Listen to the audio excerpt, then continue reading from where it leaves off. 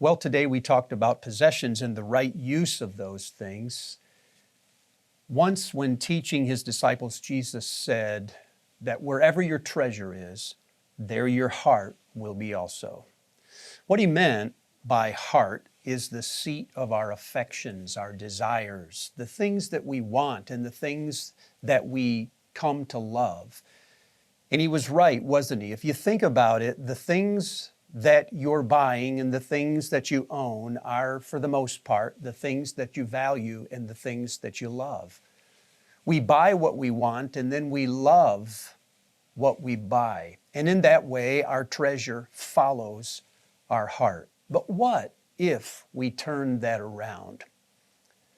What if we used our treasures to lead our hearts instead of follow them? What if we put our treasures where we want our hearts to be instead of where our hearts already are? Well, that leads us to a very interesting story in Luke 21, where Jesus is in the temple and he looks across and he sees wealthy people that are putting money into the receptacle for the temple. And then he sees this widow come in, and the only thing she has is 2 small coins, like 2 pennies. And she places the pennies in the offering box. And when Jesus sees it, he turns to his disciples and he says, "Do you see what just happened? All of these other people gave out of their wealth, but she, out of her poverty, has given everything she lives on." The contrast between the woman who gave very little and all of the others who gave a lot could not be more stark. They were motivated by things extrinsic or outside of them. They worried about their appearance, about their status or their position, their rank, kind of stock in a way, in the temple, what people thought of them. And so they gave and they dressed and they worshiped, always mindful of the people they thought were watching. But she was motivated out of things inside. She had no reason to give everything that she had except for a cause or something inside of her that nobody knows anything about. So today we drew a difference between the way people give. In the Bible, I noticed that there are 3 different ways. We give first with our tithes and our offerings at the bottom of what I'm calling the giving pyramid. And the tithes and the offerings, this is something, it's an amount that is established by our God, and it's given out of reverence, out of gratitude, or out of generosity. A tithe or an offering is always given to the place where the Lord has established His name, according to Deuteronomy, or the place of an altar. So what makes it a tithe or an offering is not the amount, it's the place where it's given. It's given where God has established His presence. And so the outcome of a tithe or an offering is that it bonds us to the God that we serve.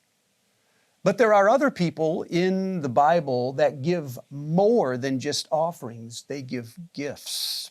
David said, "I have given many of my possessions to the temple." But he said, in addition to this, I now give even more of what I possess to the temple, because he believes in the work that God is doing.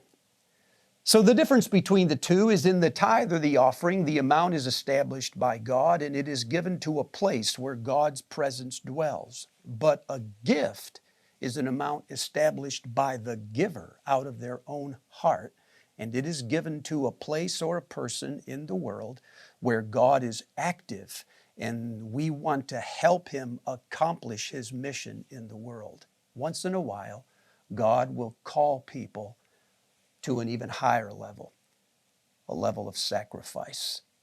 This is an amount usually established by God, but it's highly personal. It's something between God and that person. It's not intended for anyone else to follow. And this is the level that the widow is giving at. Remember, out of her poverty, she gave everything that she had, far more than what was required of her. This week, as you think about your worship, you think about your religion, think also about your possessions and the way that you're using them.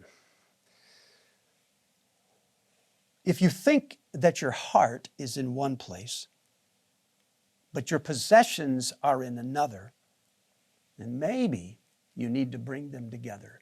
You need to give your possessions where you want your heart to be. Start by setting aside an amount every week or month that you will give to the Lord, because it just is principle. It comes off the top of everything you make. Once in a while, God may challenge you to give even more because He is active in some mission or person in the world, and He wants you to buy in at a higher level. Sometimes God may call us to a place of sacrifice, a highly intentional, highly personal act whereby we do something that is uncalled for, unpredictable. Sometimes it feels unsafe and unwise, but it's what God has called you to do. This week, as you pray and talk in your groups, talk about the way that you've been spending your money and what effect that's having on your life.